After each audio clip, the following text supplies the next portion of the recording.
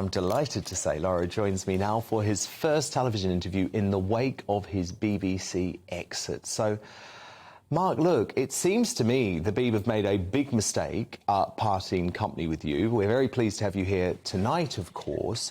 But what is quite shocking to me, Mark, and I've covered a lot of this over the past few years, speaking to people like Liz Kershaw, if you are old and white at the BBC these days, they seem to not really want you.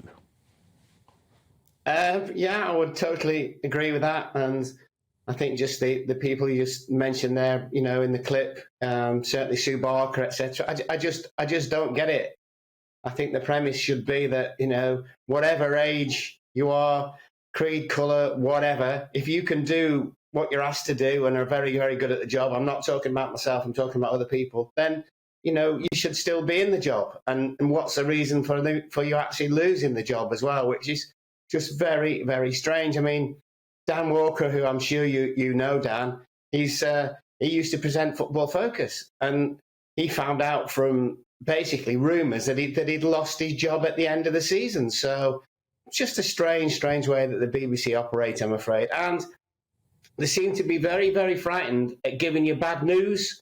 Now, if you think about it, as an ex-footballer, you play badly, you get shouted at, you get dropped, you get transferred. So you're used to bad news. But when somebody rings you up and says, oh, I'd like you to come in for a cup of coffee, and you're 50 miles away, and obviously you know what's coming, it's just a very, very strange thing, a very strange world to be in, certainly.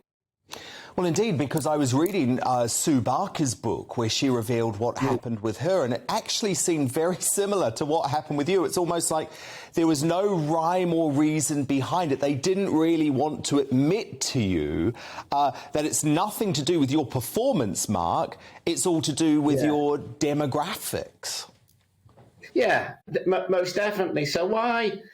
I mean, obviously, you know, public service broadcaster, massive corporation.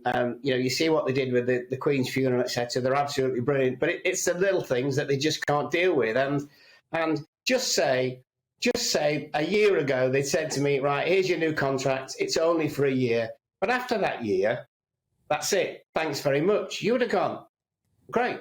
Okay, so we all know where we are. It's just this thing is they just do not want to be the harbinger of bad news. And it's crazy. We're just human beings. Just say, look, you know, you've had a great run, 30 years, whatever. Even if they think you're Marmite, even if they want to lie to you and go, you had a great run, but sorry, it's all over. So it is a very, very strange thing, I must admit.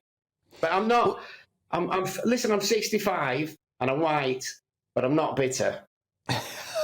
Good. No, and you shouldn't be. You shouldn't be bitter because you have had a great run. But, Mark, I have a huge problem with it because I think if we're going to live in a world where you're not discriminated against, your colour and your age shouldn't matter, no matter whether you're young or whether you're old or whether you're white or whether you're black or whether you're Asian. So I don't buy into this argument, which has been propagated by lots of people at the BBC, that it's okay to do what they're doing because they're on a diversity drive. I don't feel that it's right to sack someone just because they're white and old. And by the way, I have to point this out because Amanda Plattel, our superstar panellist, just got very angry with me for saying that 65 is old. They were your words, Mark, which I'm using. I don't think 65 is old.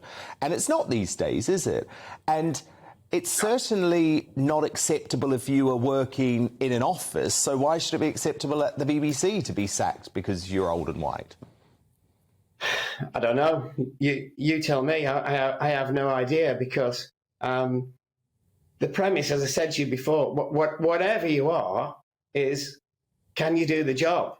And, you know, you go to something like, and my kids are like, one of them's still in the teens, one of them's in the early 20s. And I remember not too many years ago, you go and pick them up from school and they'd have like a PE and stuff, but it was non-competitive. And you think, what is the point of that? Because so all this thing non-competitive, then you go for a job and you're up against 25, 30 other people, but you've been told all the time it's non-competitive. It's absolutely bonkers. It really, seriously, is about as bonkers as your show, by the way, because this is the first time I've seen it. Crikey, what you all on? You think four again? Mark, you've got to tune in more often now. We want to have you on more now that you're not on the BBC. I'm here. Good, we'll get you down. Mark, tell me about the whole woke culture, because it feels like it's infiltrating lots of areas of the BBC. Did you notice that? Yeah, most definitely. And I think that the problem is that, you know, for people that put the programs together, the editors and the producers, they're just very, very aware that they just want the program to be clean. It's not a case of, you know, that was a really, really good program. It's like nobody said anything to upset anybody, which in itself is mad. And, you know, I when I did the interview with Paul Rowan for the Times at the weekend, it was just, if you remember when, it was many, many years ago when Princess Diana died, and I was doing a radio commentary for BBC. And I think it was probably either the end of that week or the week after. And I think it was at Bradford. And the editor came on and he said, look, if there's a free kick tonight, obviously just outside the penalty area, don't mention the wall, because obviously you put a wall up if you're a defensive team, so somebody can't score directly past. And I went, really?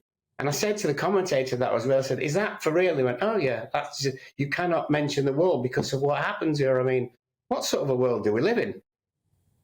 And did you see a lot more of that creep in recent years? Oh, on a regular basis, yeah. And you know, as I said, I mean, if you produce any of the programs, the biggest thing that when you come off air is, thank goodness nobody said anything that they're all going to complain about. I know, and that's a terrible way to broadcast, isn't it? Because what it does is it means that you are walking on eggshells. Well, it basically stops you doing what you wanted to do.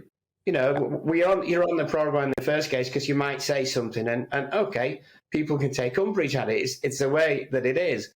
But it's not. You then sat there thinking, excuse me, what should I actually say? And you're thinking in your head while you're watching the VT, well, my first thought, no, forget about that. You might have to just, in the end, you just become like almost faceless, and you just say whatever you think, which is within the lines of, I'm not going to get in trouble. And I must admit, about 3 or 4 months ago, I nearly went to see one of the bosses and say, look, you know what?